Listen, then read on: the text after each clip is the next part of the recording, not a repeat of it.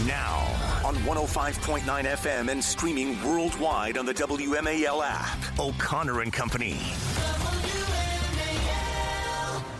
7:06 O'Connor and Company coming up later in the program. 8:05 Nick Minnock, WJLA, expand on some political comings and goings in Northern Virginia. And at 8:35, Chuck Thies is going to explain how the voters of D.C. just put Trayon White back on the district council. Can't even say it with a straight face. It's Larry O'Connor with the effervescent Patrice Onwuka for a rare Wednesday appearance. Thanks for being here, Patrice. Absolutely great to be here, Larry. And you're looking dapper in your blazer and ascot today. Oh, thank you. Thanks for painting that picture. There's no ascot, I promise. Patrice is here because she'll be testifying on Capitol Hill tomorrow. Julie will be here tomorrow. And Daniel Turner has been called many things. He, of course, title-wise, business card-wise, which is all that matters in this town, is the executive director of Power the Future.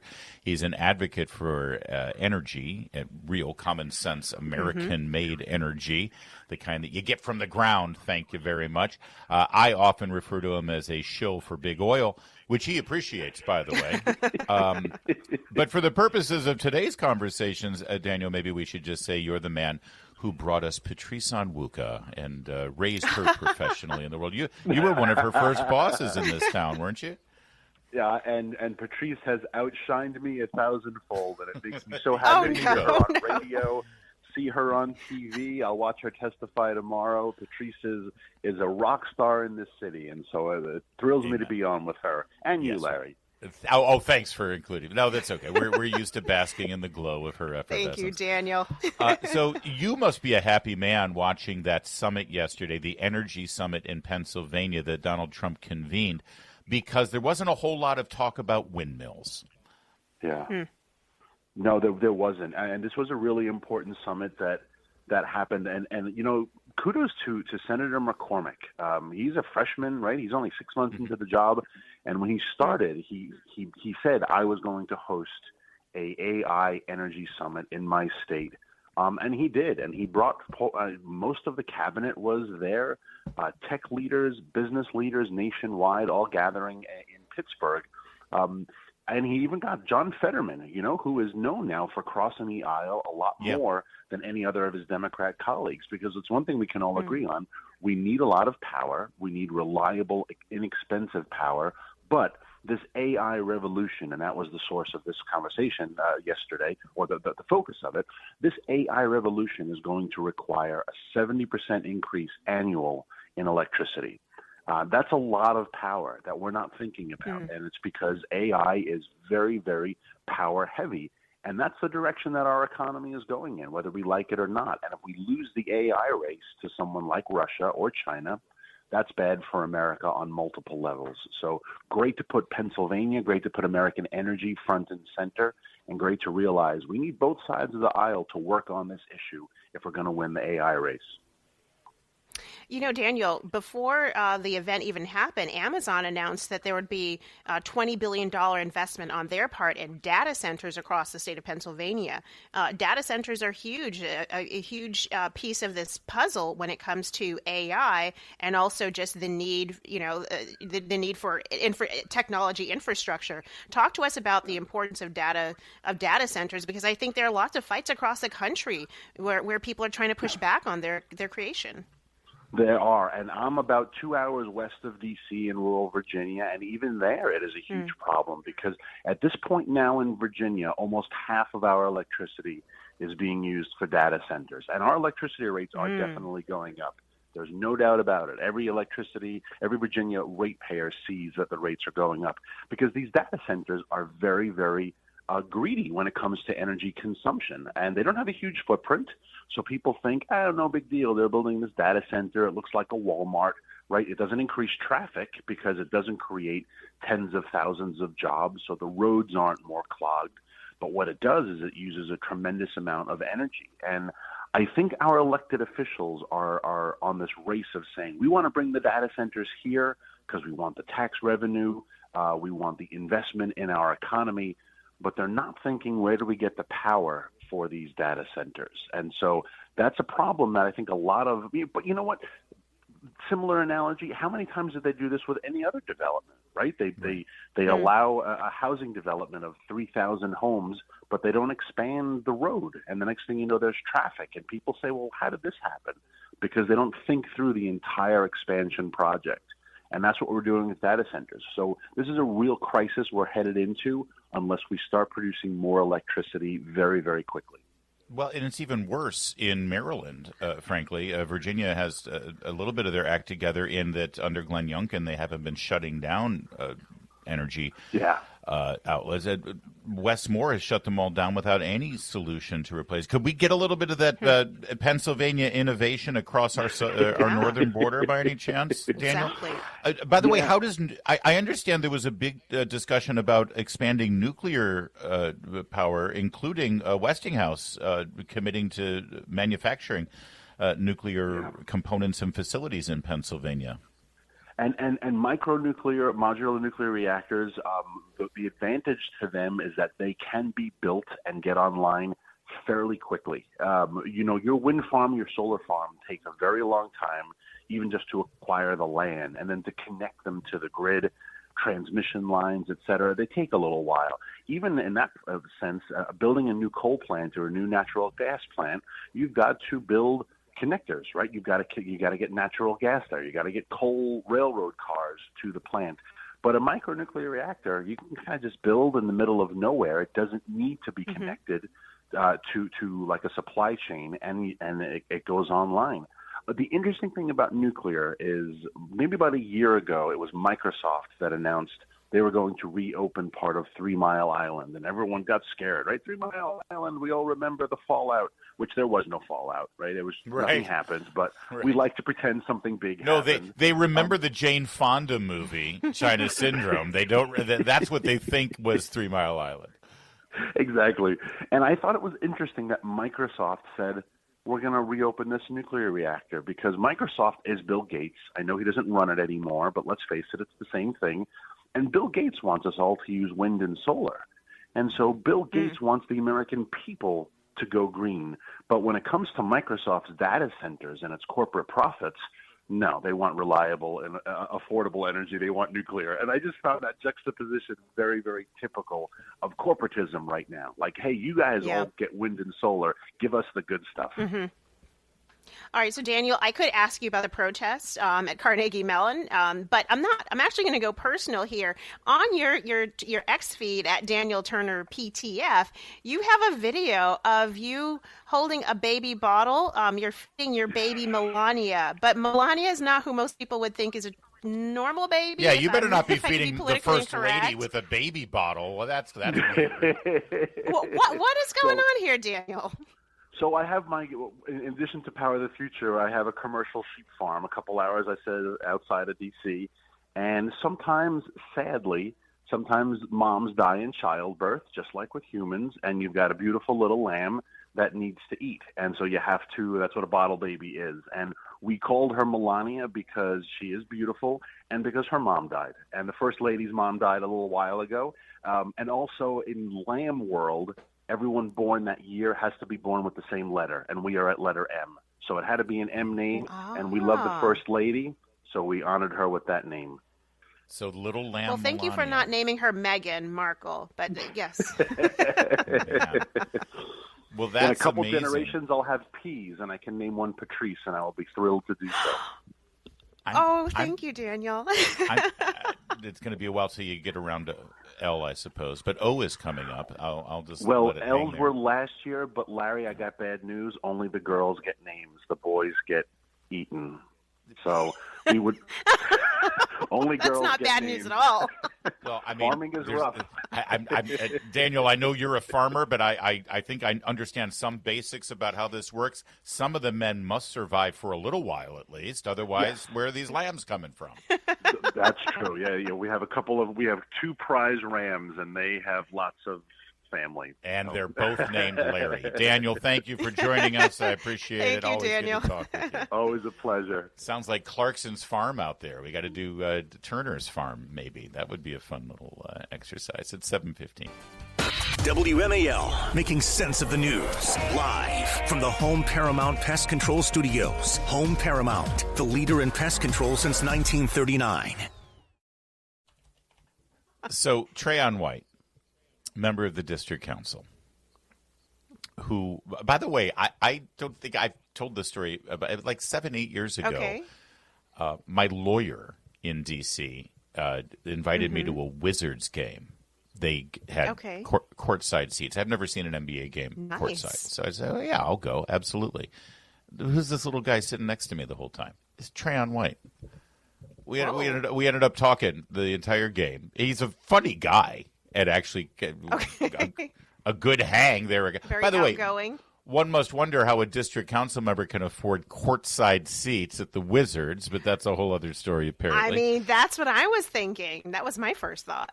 And by the end of the game, I was like, dude, you and I disagree about everything, but I like you. We got to figure out one thing we agree on so I can have you on the show. This is when I was doing Afternoon Drive on WMAL. And we realized we both agreed that the public education system in D.C. was an absolute basket case and a mess. And I said, all right, come on the show. Yeah. And I had him on. I had Trayon White on for like 2 segments, and we talked about – and he actually agrees with school choice. Yeah, I mean, I don't know where he is now. Oh, wow. Yeah. Fascinating, but absolutely, totally. I mean, you talk about scandal plague. This was before, by the way, this was well before Trayon White accused Jews of controlling the weather, I'll have you know. I promise you. I did not have him on after that. He also said that the Rothschilds control everything, including the weather. He also made donations to the Nation of Islam after every, his Jew comments. He didn't properly report his campaign spending and constituent fund spending. He doesn't show up at council meetings, rarely, and if he is there, he doesn't even get engaged. He's had disputes with the D.C. police, other council members. Was arrested by the FBI for accepting $156,000 in bribes to pressure city employees into extending $5.2 million in violence intervention contracts. He's the guy who came up with the idea of decriminalizing fare jumping on the metro. So when you ride the train, we shouldn't arrest. And then, of course, that decreased usership, decreased revenue, and increased crime on the metro. That was all his idea. You have all of that, including, did I mention the FBI arrest for $156,000 in bribes? He was removed from the district council. He was so bad that even the Democrats on the district council said, dude, you got to go away. So they just had a special election to replace him. Because of the crazy rules in the District of Columbia, he was able to run for the seat that he was just forced out of. He ran, and he won. The voters. Let me read you what he said. What he said during his victory speech at a watch night party. If I didn't win, I'll still be grateful. It's going to be obedience forever. God will this in my life. God can do anything with anybody when you let him, man. We're going to fight one fight at a time, but we're going to fight. Here's the key. You shouldn't allow 12 people to speak for 85,000 people. They can't say that Congress has taken our will to become a state away and taken our votes, and the council's doing the same thing. Well, so, Mr. Trayon White, I mean, I'm sorry. He won. How many people in Ward 8 exactly was he just quoting? 85,000? 85,000, yes. Yeah, well, it was a special election. Interesting.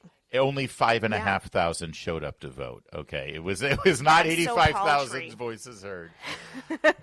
That's so paltry. So people actually on social media are saying what should have happened is the other 3 candidates, Salim Adolfo, Mike Austin, and Sheila Bunn, should have made a decision, and 2 of them should have dropped out, consolidated support behind the other, the long-standing, and they would have knocked him out. But they didn't do that. This is just like New York City. Trayon White will return to the district council, winning 29.7% of the vote. He didn't even get 30% of the vote.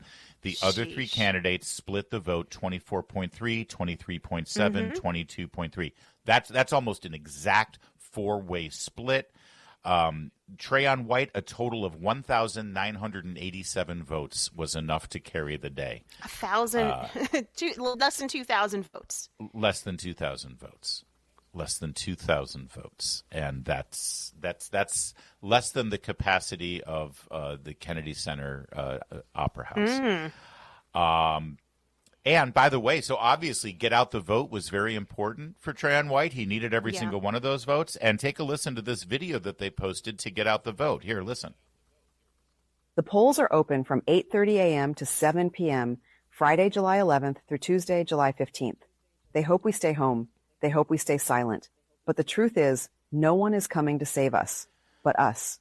We have the power to shape the now. And by the way, if that sounds a little strange to you, there's a reason for it. By the way, the video is a lovely, professional-looking African-American woman looking like she's at her office in the coffee room on a coffee break. Beautiful looking. It's all fake. It was all artificial intelligence. They couldn't even find a person to come and do the video. They used AI for it. And it worked. It worked. I mean, AI is generating headshots, so why can't it generate campaign videos? I mean, I do think that's what a lot of people worry about, but it works for Trayon. It worked for Trayon. We'll have Chuck Thies to discuss this Trayon coming White, up at 8:35. Right now it's 7:23. All right, maybe like me, you guys love Chip and Joanna Gaines, the fixer-upper couple, wholesome, family, Christian-oriented. Well, like me, you're probably not going to like what they had to say about us Christians. We'll tell you on the other side. Stay with us. It's O'Connor and Company at 7:30. WMAL-FM, Woodbridge, Washington, a Cumulus media station. Making sense of the news. News Talk 105.9. News now. Now on 105.9 FM and streaming worldwide on the WMAL app. O'Connor and Company. 7:37. Thanks for tuning into O'Connor and Company this Wednesday morning in your nation's capital. 8:05. We'll check in with WJLA's Nick Minock. Give us the latest on politics in the Commonwealth of Virginia. 8:35 brings us Chuck Thies, D.C. political analyst. He'll explain the Trayon White re-election yesterday. It's Larry O'Connor with Patrice Onwuka. Good morning, Patrice. Good morning, Larry. I just saw you on TV. How is this possible? I am a man of You're many... right here with us on radio, too. I'm cloned, just like Pedro Pascal. I can do 8 projects at once. Patrice... I used to watch this show with Meredith on HGTV, Fixer Upper. This is the Me too. Yeah. Chip Gaines and his wife Joanna and their family drama as they buy an old dilapidated house, or they get hired in a dilapidated house and they make it beautiful. And I love these shows. I do. And the two of them and their chemistry and their very wholesome sort of Texas sort of values and principles really sort of won the hearts of audiences. And they've become this huge industry now. They've spun off created it's called Magnolia, right? That's their brand, and it's it's like they have television programs. It's a whole platform and production company and furnishings. I think they have a deal with Target. If you go into Target, there's a whole Magnolia section of furnishings and lamps and all this stuff. It's big business.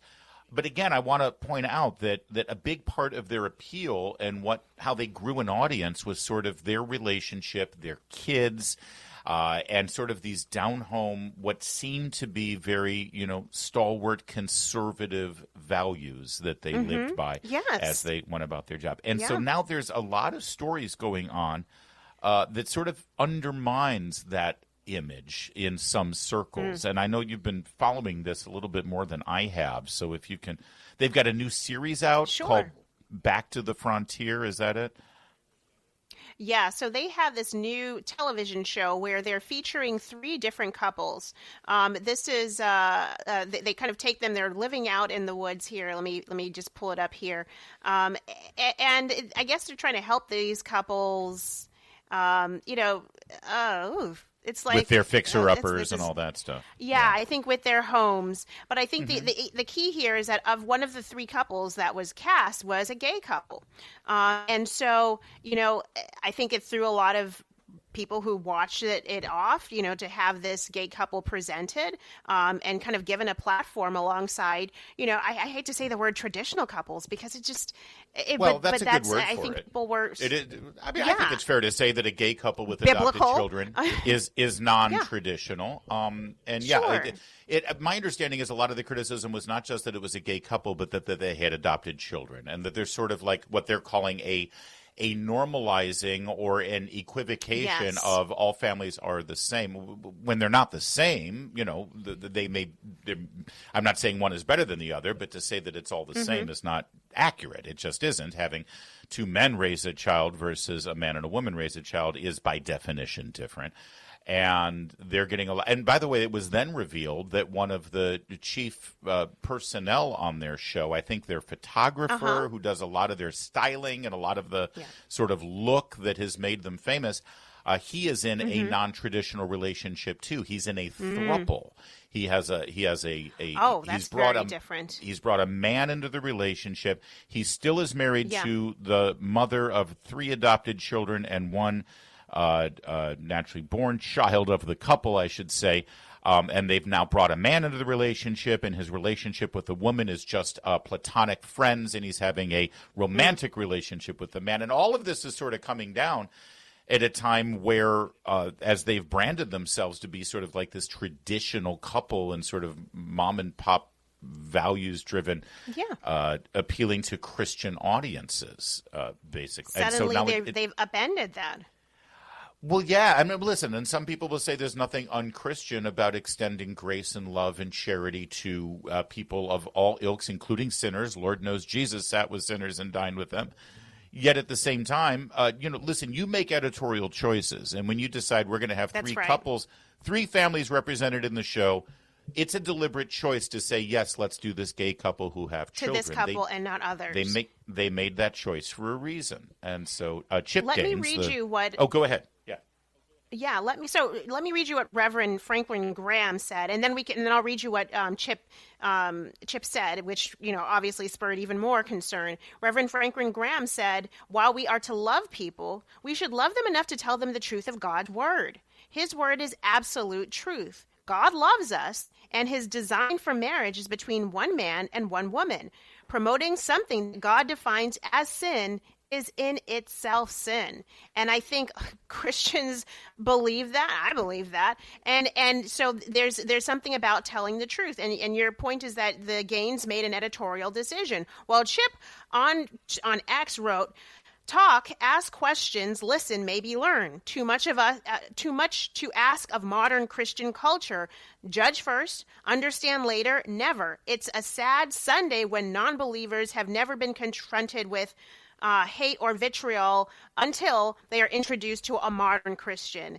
And that really stoked the fire to say that speaking truth, whether in love or however you perceive it, but that speaking truth is somehow speaking hate coming, is the point, is wrong. And I think, Chip Gaines has certainly lost himself many followers and many people who have, at one point really believed in what the couple were trying to accomplish. Well, and ultimately beyond it being a issue for Christians and a dispute over, listen, obviously we are all sinners, but at the same time we do have standards, and though none of us can live up to those standards, we don't celebrate the failings. We don't celebrate and lift up sinful behavior and equivocate it and put it on the same platform as non-sinful behavior, right? That's just it, while still acknowledging that people sin. Setting that aside, though, just from a pure entertainment and business perspective, they grew their audience a certain way, and by making this decision, there are people who are saying, listen, I just can't watch your show with my kids now because now I've got to explain to my kids how that family has 2 daddies instead of a daddy and a mommy. Yeah. I'm not prepared to have that conversation with my kids quite yet. I'd like to do that on my terms. And so one will suspect that they've taken that into account and they've decided, it's worth it to expand our brand, and we'll just appeal to a larger, broader audience now. But I think that there will be a backlash. We shall see. Wednesday on the Derek Hunter Show, can Republicans in the Senate get their act together to cut a measly $9.4 billion from the budget, or is there no point to Republican control at all? We'll talk about it at 3 o'clock on WMAL. as we mentioned earlier, Democrats are now pouncing, if I may say, on the Epstein story. They're demanding release. You're going to hear a lot of noise from Morning Joe and people on MSNBC saying Republicans voted in the House yesterday to keep the Epstein files hidden. First of all, the House of Representatives has no power to determine what files can be released and not. This is in the judge's hands and perhaps in the Justice Department's hands. This was not even a straight-up vote on releasing the Epstein files. O'Connor, who I'm told is, a really reasonable guy. No, he's a left-wing Democrat who is trying to play partisan politics with this issue. He proposed an amendment procedural vote to an ongoing bill. Republicans defeated the procedural vote that was linked to another bill. It was not standalone.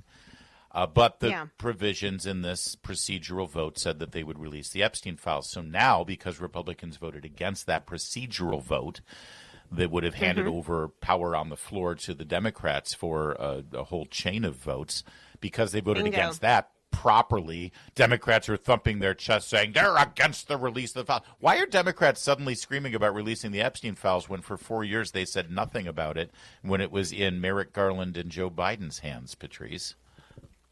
Well, and knowing that there's nothing about Trump, which is all they really care about, they assume that there is going to be some smoking gun against President Trump. Which I think at this point, if Barack Obama, if Joe Biden of all people had, and his administration had that sitting on their hands in the DOJ and they didn't use it in the campaign, I don't think there's anything that Democrats are going to find from whatever is released. The reason they're doing this is because they know that the files can't be released right now. So they're playing politics with it, and it plants the seed that Trump has something to hide, and it sort of pokes Trump supporters in the eye, and I guess they think, well, maybe pry away some people who – or listen, if you're voting for president solely on the Epstein story, God bless you. I'm looking at more than just that. I'm not saying it's not important, but I'm looking at more. That said, the Democrats have found their voice on this issue. Oh, okay. In the person of Hank Johnson. You'll remember Hank Johnson. He's the guy who thought that Guam was going to flip over because of Marines landing there for exercises. He has lately I've dealt with him in previous testimonies, by the way, Larry. When I testified in the House, I've dealt with him there, too. He's a piece of work. I don't think it's uncharitable to say the man is a joke, a moron. And he is spending a lot of time in his congressional office practicing guitar, and then he turns his video on to tape himself playing. And he composed a song about the Epstein files. Take a listen. Congressman Hank Johnson coming to give you some more ear candy or perhaps an ear ache. But I'm going to do my best off of this Jason Isbell tune, Dreamsicle. Epstein died by suicide. Believe that, and you must be blind. You've been telling us you released the file, but where are they? We've gone along with what's been told. All right, we're in the business of building and retaining an audience, so let's not listen to any more of that. That's pretty awful.